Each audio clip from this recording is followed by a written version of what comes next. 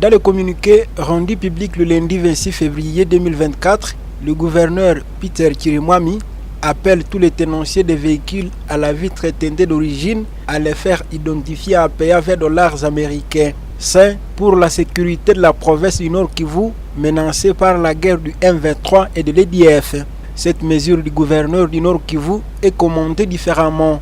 Pour Matessanane, président urbain de la société civile, le gouverneur du Nord Kivu ne devrait pas monnayer l'identification des véhicules à vitres fumées, vu que la population est dépourvue de tout et traverse un moment de guerre. Nous sommes contre le monnayage de l'identification et nous pensons que les mesures de sécurité au sein de la province, on doit mettre à contribution toutes les couches de la population pour arriver à éradiquer le banditisme urbain.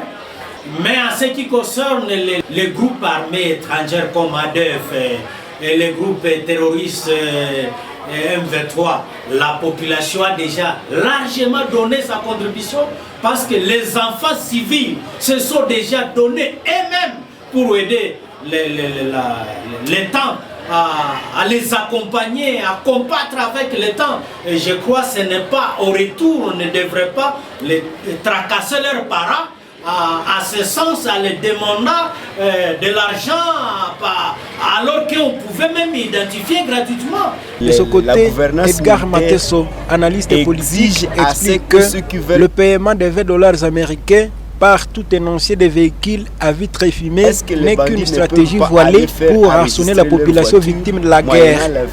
La gouvernance militaire exige à ce que ceux qui veulent continuer avec leur voiture de payer au préalable $20 ou même plus pourvu qu'ils continuent à circuler à bord de ces véhicules. Et la question qu'on se poserait directement serait celle de dire: est-ce que les bandits ne peuvent pas aller faire enregistrer leur voiture moyennant les $20 et continuer à opérer comme d'habitude? Ou alors, est-ce que les $20 de douane, justement, cette voiture, à ne plus pouvoir recevoir les bandits qui pouvaient opérer dedans? Donc, ce genre de questions nous amènent à penser que l'objectif plutôt du gouverneur militaire serait de créer de l'argent. Mumbere Madifa, acteur politique du territoire de Beni, a quant à lui expliqué que l'identification des véhicules à vitres teintées ne devrait pas privilégier qui que ce soit si c'est une mesure qui vise la sécurité de la province. Selon lui, la mesure du gouverneur favorise les suspects dans la sécurité de l'Est du pays.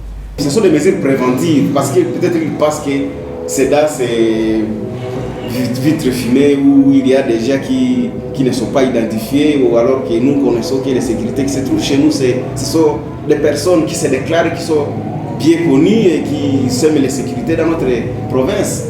Alors la cause n'est pas vraiment noble, la cause d'instaurer cette mesure, vraiment, moi je ne trouve pas ça noble, c'est une cause juste qui va plus créer de l'insécurité dans la personne des usagers. Ça va contribuer à une tracasserie sans fait, sans pourtant contribuer au bien-être de la population.